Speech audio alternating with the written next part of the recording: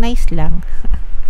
And then, wow, success, tagumpay, progress, victory. Ito yung dala-dala sa'yo niyan, guys. Sa future mo, ito yung possible future, potential future nitong story mo, kapiksi. Itong mga rewards mo, magdadala pa yan ng more success, more tagumpay, more progress sa buhay nyo, Gemini. So, yan, guys, i-mind nyo yan sa comment section, no?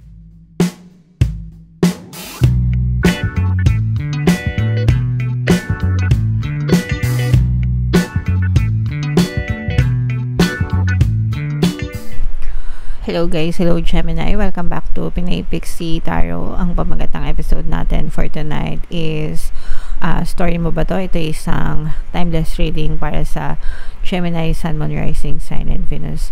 Sa reading na to guys, titingnan natin where you are right now, mga potential and challenges nyo, what you need to focus on, your past, present, and future energy, mga kapiksi, mga suggested approach, and yung potential future ng story nyo guys. So, shuffle ko to. Hanapin natin yung energy ng Gemini.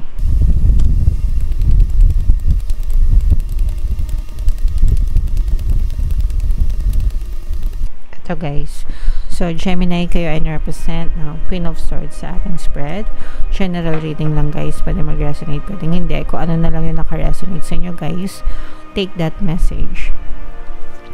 So, where you are right now, wow! So, this is very rewarding mga kapiksi. Kasi for some of you guys, parang nalalasap nyo na ngayon yung mga rewards ni universe para sa inyo. Gumagaan yung pamumuhay nyo guys. No? Comment down below if naka-resonate kayo. For some Geminis, talagang parang nararamdaman natin na gumagaan yung pamumuhay nyo. Pagdating sa kaperahan, pagdating sa kabuhayan, hindi kayo masyadong namamroblema. For some of you, kung kayo ay nag-invest sa mga negosyo, mga kapiksi, parang nakaka-ROI na kayo, return of investment, mga kapiksi. Ganun din kung kayo ay mga empleyado, nagtatrabaho, parang feeling ko guys, dumadami na yung mga savings nyo, nakakapag-ipon na kayo compared dati.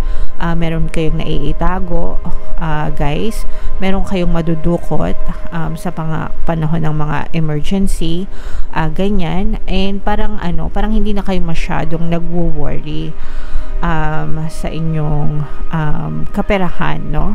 Kumbaga, kahit na sabihin natin living from paycheck to paycheck tayo, pero nakakapag-ipon pa rin kayo. And yung iba sa inyo guys, parang feeling ko, binibigay sa inyo ni universe yung mga rewards na deserve nyo talaga. Yung mga effort nyo, yung mga pagsisikap at pagtsatsaga nyo previously, no? Parang ngayon siya binubuhos ni universe sa inyong mga kapiksi. Alright? Yung mga grabe. Yung mga potential and challenges, this is more on potential guys, kasi there are more to come. Marami pang dadating sa inyo mga kapiksi, okay? Parang ibubuhos talaga siya. Guys, no, ilabas nyo na yung mga kailangan receptive kayo dito mga kapiksi. Pag sinabing receptive, ready to receive. Lalo na kung kayo ay nagpapanata, nagdadasal, ganyan. Kasi ibubuhos ni universe yung mga blessings sa inyo. Yung mga rewards na karapat-dapat kayo, Gemini. Lalo na kung talagang sobrang sikap nyo, sobrang positive nyo, hindi kayo nawawala ng pag-asa, kahit na nahihirapan kayo, hindi kayo nagre-reklamo, no? Nakikita natin na talagang mabilis na ibubuo sa'yo ni universe yung mga rewards, yung mga rewards na deserve mo sa buhay. Okay? Talagang reregaluhan kayo guys ni universe. So, i-mind nyo yan guys sa comment section. Mind rewards. Mind maraming rewards. Okay? Kasi yun talaga yung nararamdaman ko guys. What you need to focus on, this is a Queen of Wands energy, Aries, Leo, Sagittarius. For some of you, maaari may fire element kayo sa inyong natal chart. For some of you, pwedeng you may be dealing with a fire sign. Pero nararamdaman natin dito guys na for some of you, parang talagang nafo-focus kayo dun sa mga desires nyo, dun sa mga gusto nyong gawin sa buhay, mga kapiksi, okay? Kumbaga parang yung passion nyo, ganyan, it's bringing out the best in you. Parang meron na kayong freedom ngayon, mga kapiksi, kasi nga medyo nakakaluwag-luwag na kayo. Meron na kayong freedom na gawin yung mga desires nyo sa buhay nyo guys, okay? And in your recent past, yung recent past nyo guys, no, talagang natuto kayong bumangon, natuto kayong tumayo sa sarili nyong mga paa. Parang nagkaroon kayo ng self-realization na okay, walang mangyayari kung mag-aantay ako ng grasya. Ako yung gagawa ng paraan. Magsisikap ako, tatayo ako sa sarili kong mga paa, and the universe will give me what I deserve. Parang ganon talaga, no? Kumbaga parang ano lang yan, yung effort na binibigay mo, effortan din siya ni universe. Na gets nyo ba? Parang pag SSS, di ba? Ang layo. Di ba sa SSS may kaltas kayo? Yung kaltas sa inyo, tinutumbasan din niya ng employer nyo, kaya doble yung contribution nyo sa SSS. So, kunwari, yung kaltas sa sahod mo sa SSS 200, pero yung employer mo, meron siyang additional na 200 na hinuhulog para sa'yo dun sa SSS contribution mo. So, nagiging 400 yung hulog mo. So, ganon, guys. Kumbaga, yung 100% ng effort mo, sinasabayan din niya ng 100% effort ni universe, okay? Para ibigay sa inyo yung mga desires nyo. Okay? So, grabe, sobrang ganda, Gemini. And your greatest strength, mga kapiksi, is marunong kayong magdahan-dahan, marunong kayong mag-menor, and isa yan sa mga greatest strength nyo kasi hindi kayo basta-basta nagpapadala sa bugso ng damdamin nyo. Guys, no? And parang magaan lang, very light lang, very magaan lang yung energy nyo, guys. Hindi kayo masyadong emotional, hindi kayo masyadong nagmumukmok, no? Hindi kayo masyadong nagdadrama sa buhay. Knowing and understanding na kapag nagmukmok kayo, kayo lang din yung mahihirapan, mga kapiksi. Okay? In the future, guys, in the near future, feeling ko, these are challenges pagsubok, pero feeling ko this will be a blessing in disguise kasi parang merong tatanggalin si universe sa buhay mo na mga unwanted, mga unnecessary, mga hindi mo kailangan, para mag-give way siya dun sa mga bagay, sa mga tao, sa mga sitwasyon na talagang deserve mo. Ganun yun, guys, minsan talaga merong sapilitan na inaalis si universe sa buhay natin, okay? Mapatao man yan, mapabagay man yan, mapasitwasyon man yan. Kaya akala natin problema, challenge, pero kapag nawala na yung mga yon, no, doon nagagaan yung takbo ng buhay nyo. So parang ganun yung ginagawa ni universe sa'yo, or gagawin sa'yo ni universe in the near future, mga kapiksi.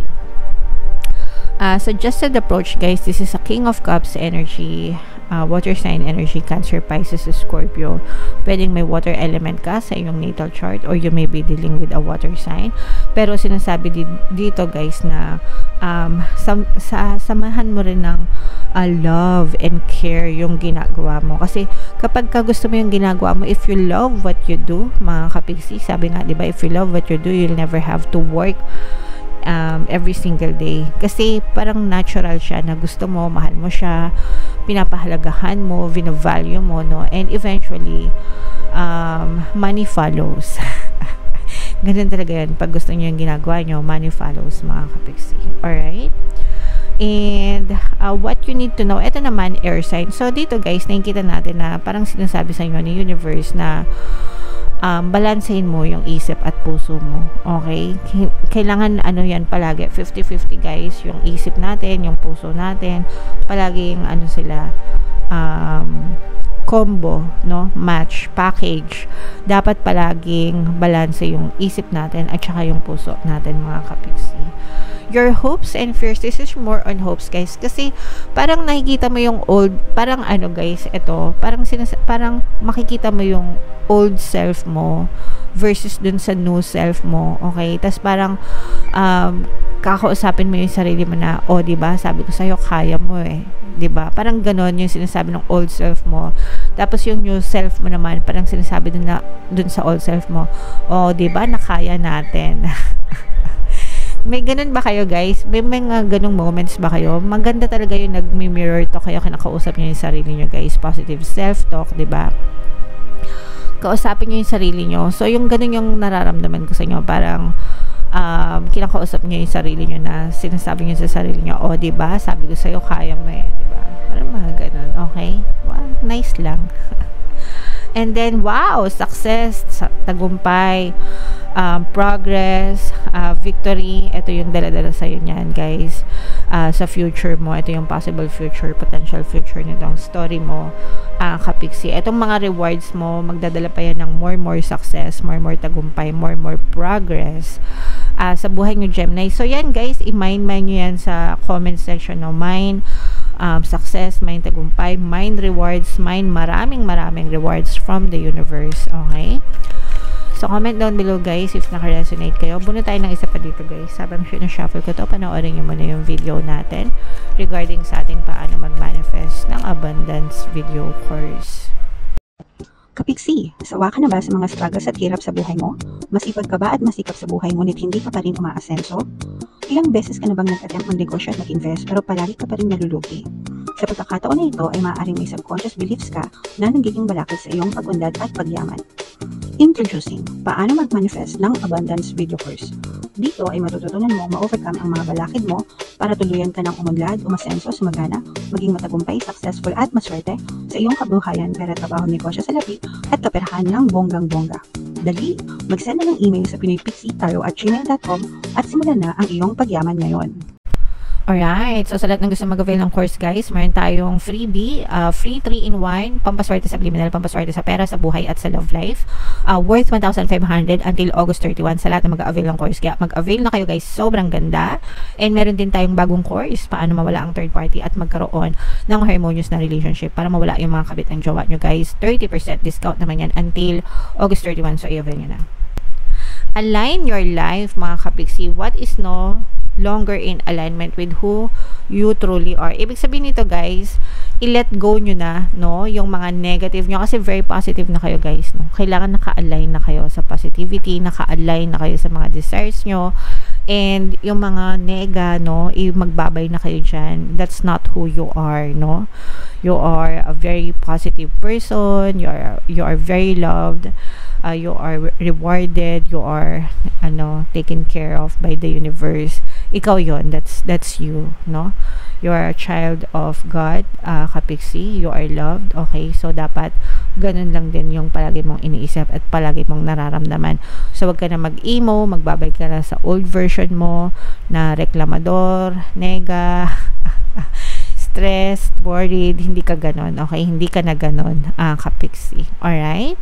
So yeah, comment down below guys if feeling nyo naka-resonate kayo dyan sa mga messages na yan. And yung mga pinapamain-main ko sa inyo guys, talaga i-main-main nyo sa comment section. Deserve nyo talaga yung mga rewards na yan mga kapiksi. And pakinggan nyo pa yung ating bagong pampaswerte subliminal, pantaboy malas, pang-akit ng swerte para lalo pang pumasok yung swerte sa buhay nyo. Super effective guys, super daming success stories. Nandito yung playlist, lagay natin guys. And ito naman yung ating success stories ng paano mag-manifest ng abundance video course. Click here to subscribe guys, and click here to join our membership program. Thank you for liking, sharing, and subscribing.